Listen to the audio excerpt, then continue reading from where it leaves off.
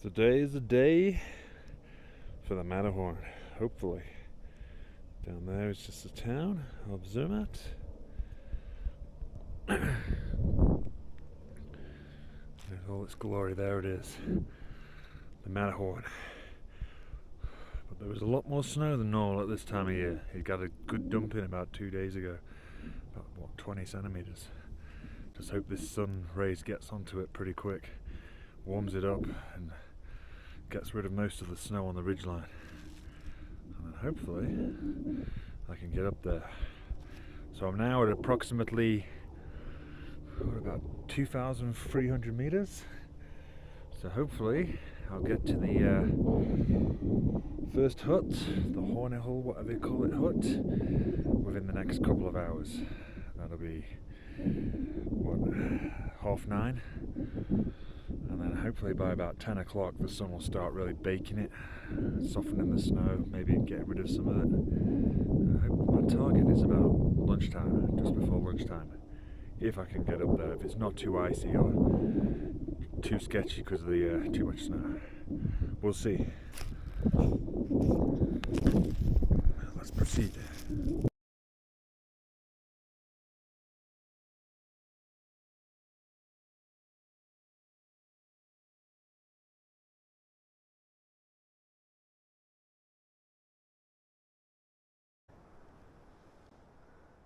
So today I thought was going to be the perfect day to climb the Matterhorn, according to the weather forecast on several websites. I checked it over several days and it was always saying today was going to be a fantastic day. Complete sunshine, no clouds. How wrong could it get? Really frustrating.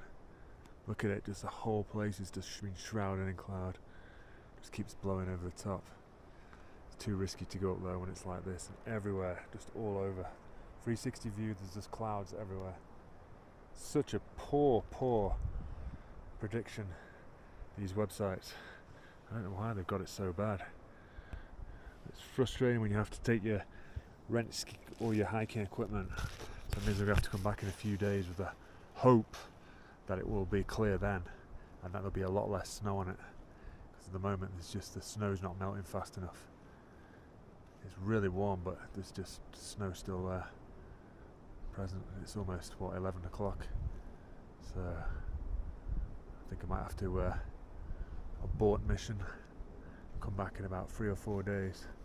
So it's a good job I booked a flight not for the 10th to South America but for the 17th. Gives me those extra 7 days for in case of any problems like this. It looks like there's people down there all the way near the glacier, or the run out, whatever they're doing, just right there.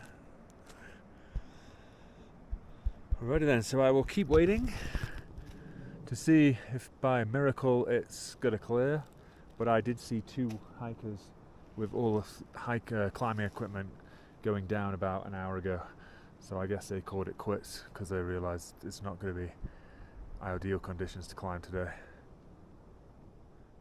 Very disappointing. But oh well, we still got some good views. Always next time. Better safe than sorry. That's for sure.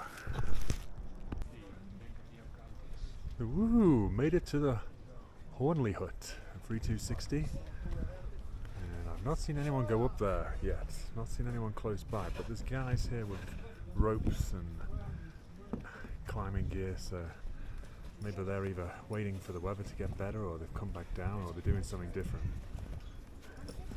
Finally, the sun's blasting on it. As to how snowy it is, I don't know, but it's still quite deep here.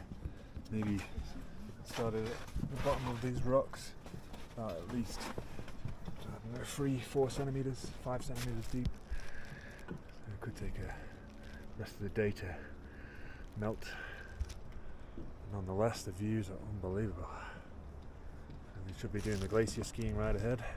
I'll ski all year round from the very top.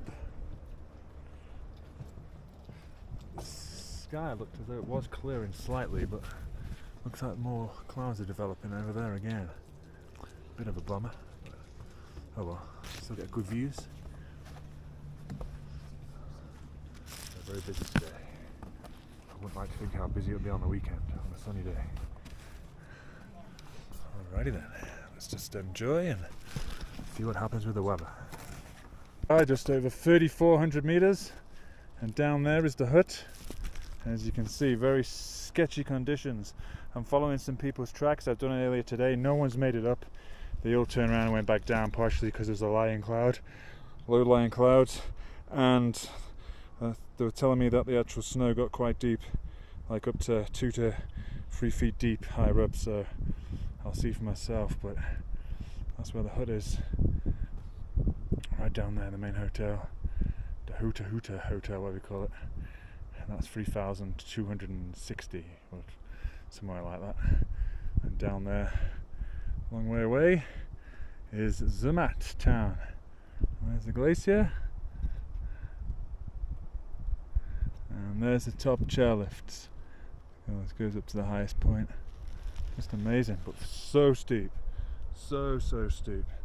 Be very careful climbing up here.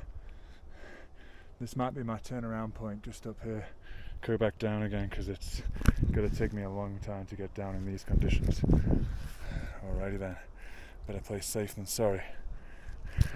This is definitely scary stuff. Wow, I don't know how people run up this in 2 hours. 2 hours and 14 minutes. Ellie Steck and that Danny Arnold, someone else as well. Just absolute nuts. Alrighty then. Lost 360.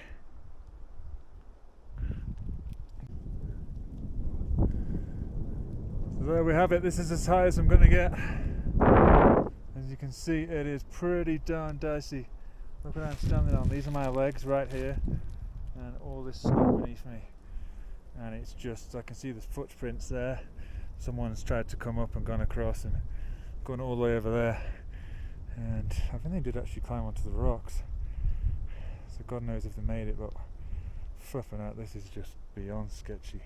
And this is all wet, really wet.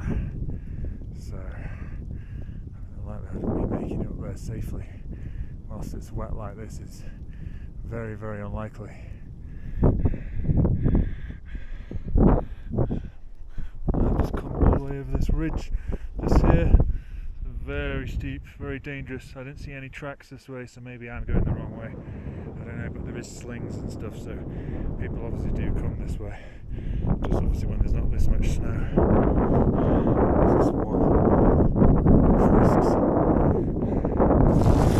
Wow, what a view. What a view. Oh my God. Unbelievable.